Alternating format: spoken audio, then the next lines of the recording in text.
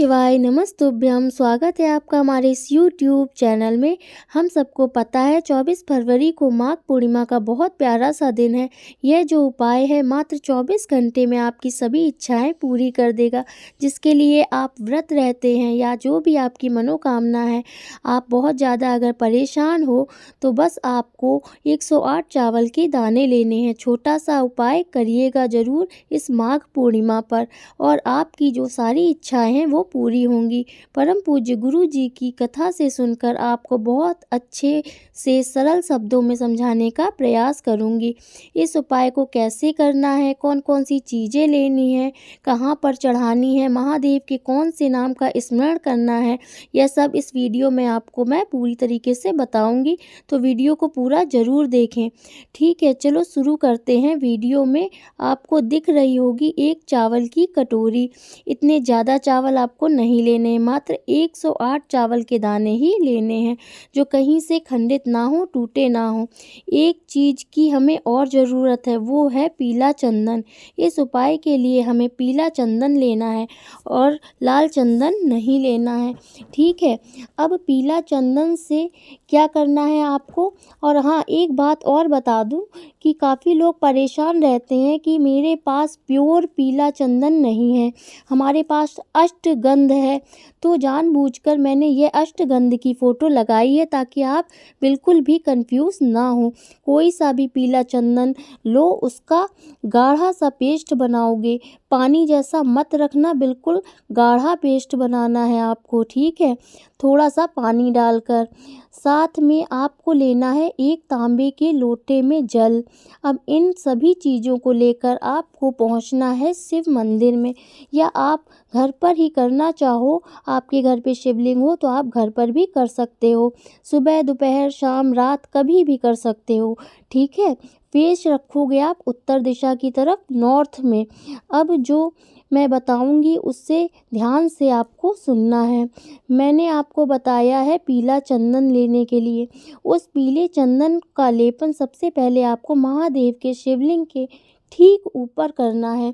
यहाँ पर लेपन करोगे तो आपको यहाँ पर चंद्रमौली महादेव का नाम लेकर लेपन करना है। नाम ध्यान से सुन लीजिए, चंद्रमौली महादेव। ठीक है, कौन से महादेव? चंद्रमौली महादेव का लेपन करते हुए आपका नाम स्मरण करना है। आपने अब चावल के जो 108 दाने लिए हैं, आपके पास उनको अपने राइट हैंड में, दाहिने हाथ में रख लेना है। ठीक है, जो अपनी मनोकामना है आपकी वो आपको कह देनी है। इसी पीले चंदन के ऊपर ये चावल के दाने आपको चिपकाना है और अपना वही हाथ उसी चावल के दाने के ऊपर रख करके आपको अपनी मनोकामना को कह देना है। जब आप अपनी मनोकामना कह दें तो जो आपके पास तांबे के लोटे में जल है वो महादेव के ऊपर श्री शिवाय नमस्तुभ्यं कहकर चढ़ा देना है आपको।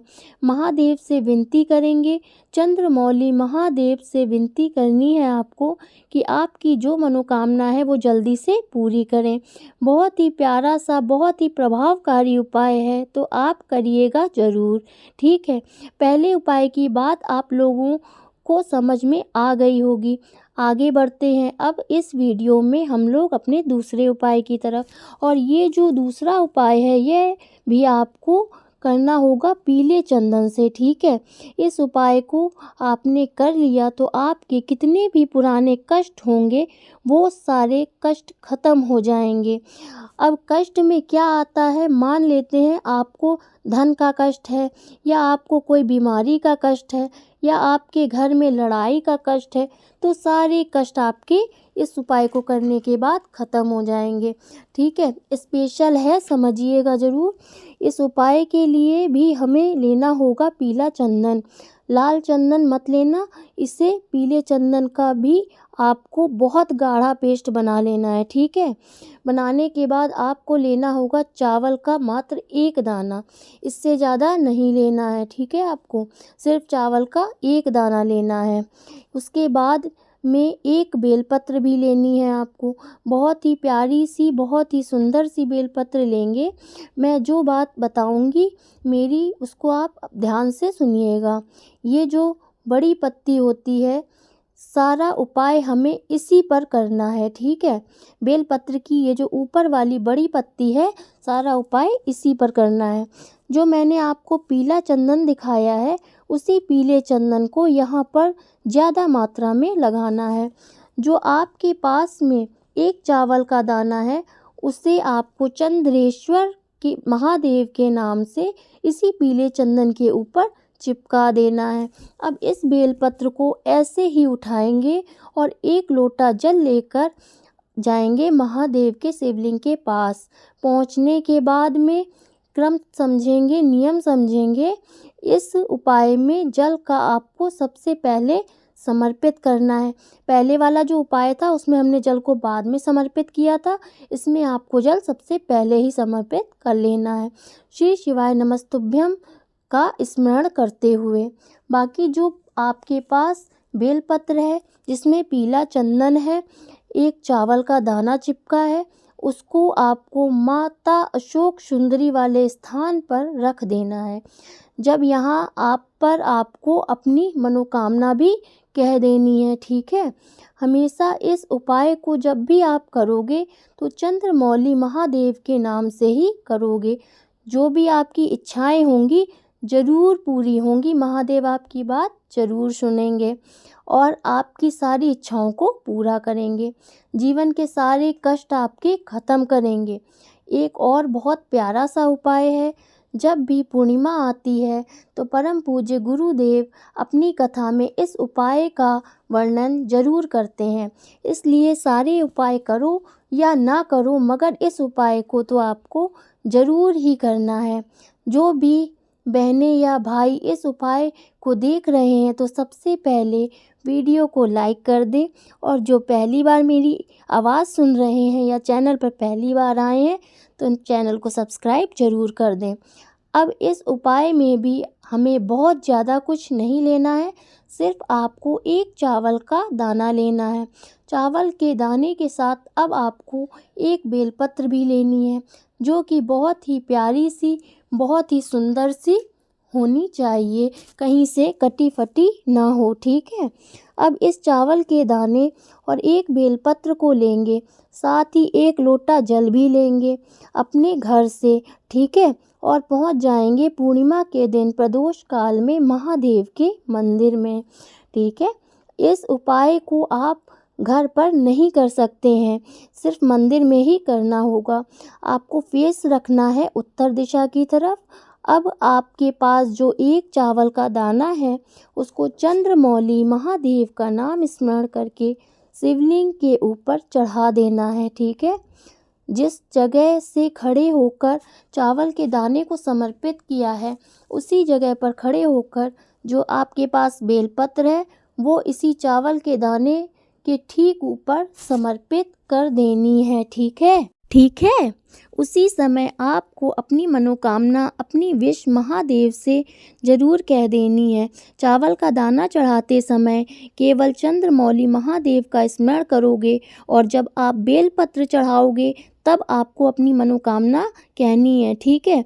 अब जो आपके पास लोटे में जल है उसे बिल्कुल धीरे धीरे से स्लो मोशन में महादेव के ऊपर चढ़ा देना है, बेलपत्र के ऊपर, ठीक है। जिस इच्छा के लिए यह उपाय आप कर रहे हो वो विश, वो इच्छा आपकी महादेव ज़रूर पूरी करेंगे। आपको बस एक बार अपनी इच्छा यहाँ पर कह देनी है। बहुत ही फेमस, बहुत ही सरल उपाय है, तो आप लोग इस उपाय को ज़रूर करें। 3 उपाय की बात हमने कर ली है। आगे बढ़ते हैं इस वीडियो में हम लोग अपने चौथे उपाय की ओर।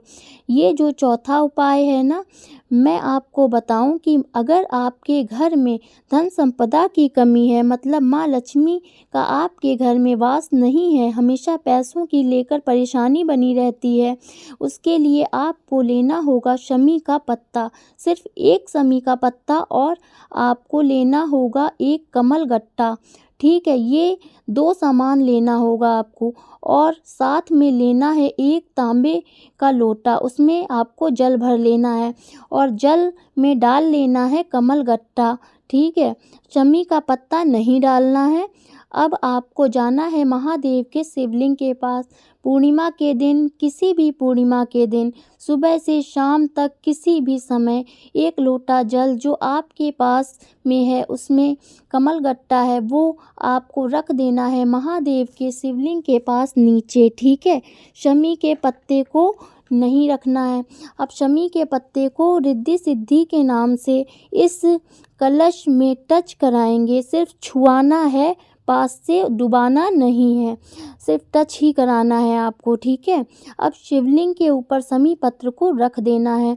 अब जो लोटा आपने नीचे रखा है जिसमें कमलगट्टा है, उसका जल आपको शमी पत्र के ऊपर समर्पित कर देना है। चंद्रेश्वर महादेव के नाम से माँ लक्ष्मी से प्रार्थना करनी है कि आपके घर में धन की कमी ना रहे, ठीक है। अगर वीडियो आपको अच्छी लगी हो तो वीडियो को लाइक करें और चैनल को सब्सक्राइब ज़रूर करें। आज आपका यह उपाय यहीं पर समाप्त होता है। श्री शिवाय नमस्तुभ्यं।